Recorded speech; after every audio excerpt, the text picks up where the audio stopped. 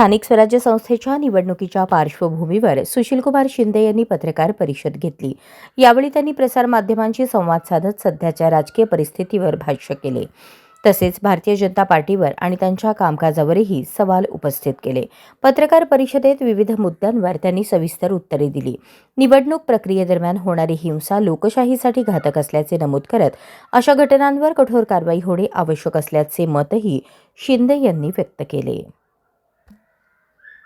तर आम्ही काँग्रेस कमिटीमध्ये करतो आणि एल्गुलवारांचा सत्कारही ठेवूया म्हणून, तर त्यांना अभिवादन करण्याकरता म्हणून लाल बहादूर शास्त्रीजींना इथं बोलावलं सगळ्यांना आणि आले सगळे इथं।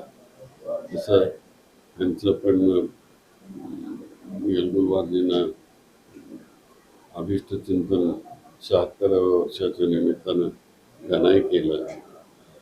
एवढाच लिमिटेड कार्यक्रम होता, बाकी काय नव्हतं। ज्यांना उमेदवारी मिळाली नाही अशा नाराजांनी आपल्यापाशी खंत व्यक्त केली। आपल्यापाशी तुम्ही बघितलं जनरलीच असं झालं, पण सगळे आता समाधानी झाले। आपण जर या ठिकाणी लढलो नाही तर आपला पराभव होऊन आपल्याला वाईट स्थिती, ते सगळं ते आपण होऊनच होणार आहे आणि ते सगळे आता लढत आहेत।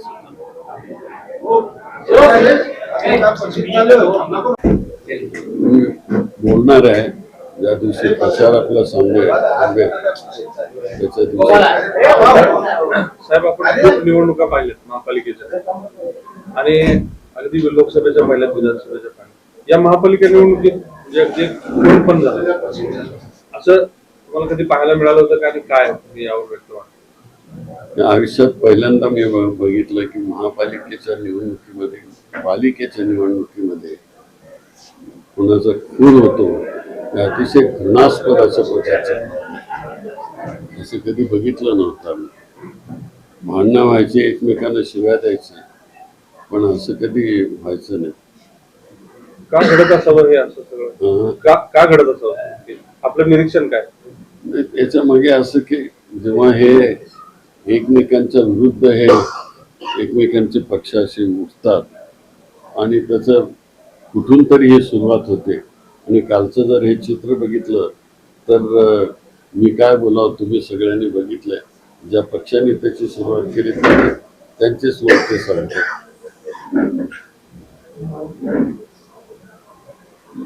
थोडासा फरक पडेल, कारण ते बऱ्याच दिवसांची काही लोकांची इच्छा होती की हे दोघे एकत्रित राहावे आणि ते काका पुतणे असंच ते होतं।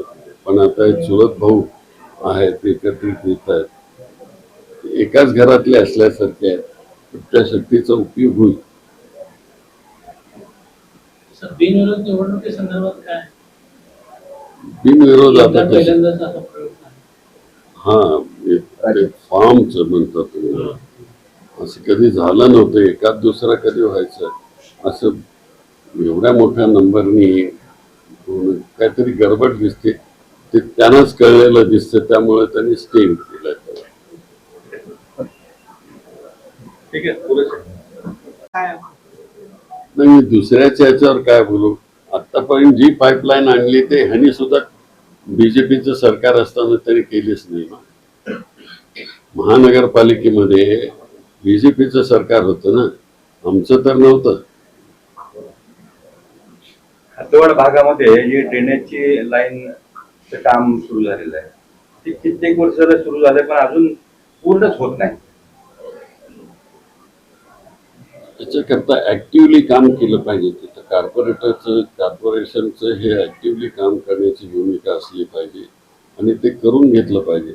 आपण हद्दवाढ केली 90 साली, त्याला आता खूप वर्ष होत आली आणि ती एवढ्याच करता केली की तिथं हद्दवाढीच्या बाहेर लोकांना त्रास होत होता म्हणून आपण केले।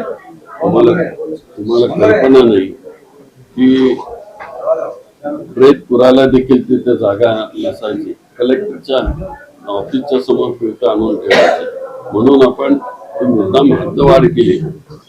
हे तुम्ही मेन्शन करा। याच्यामध्ये पाणी पुरवठ्याच्या विषयावरती बोलले, IT पार्क विषयी बोलले, आणि इंडस्ट्रीयल इचलकरंजी पॅटर्न वगैरे बोलले. तर हे निवडणुकीपर्यंत आश्वासन वाटतं की काय प्रत्यक्ष होईल असं वाटतं?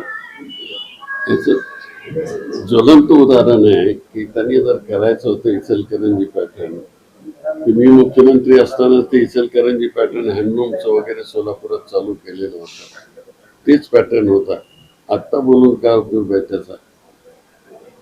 आणि पाण्याची जर भूमिका घेतली तर आता सुशील कुमारने पाणी आणलं, शहराला दिलं, दुसरी पाईपलाईन दिली, आता तिसरी पण पाईपलाईन इथं टाकण्याचं काम होतं.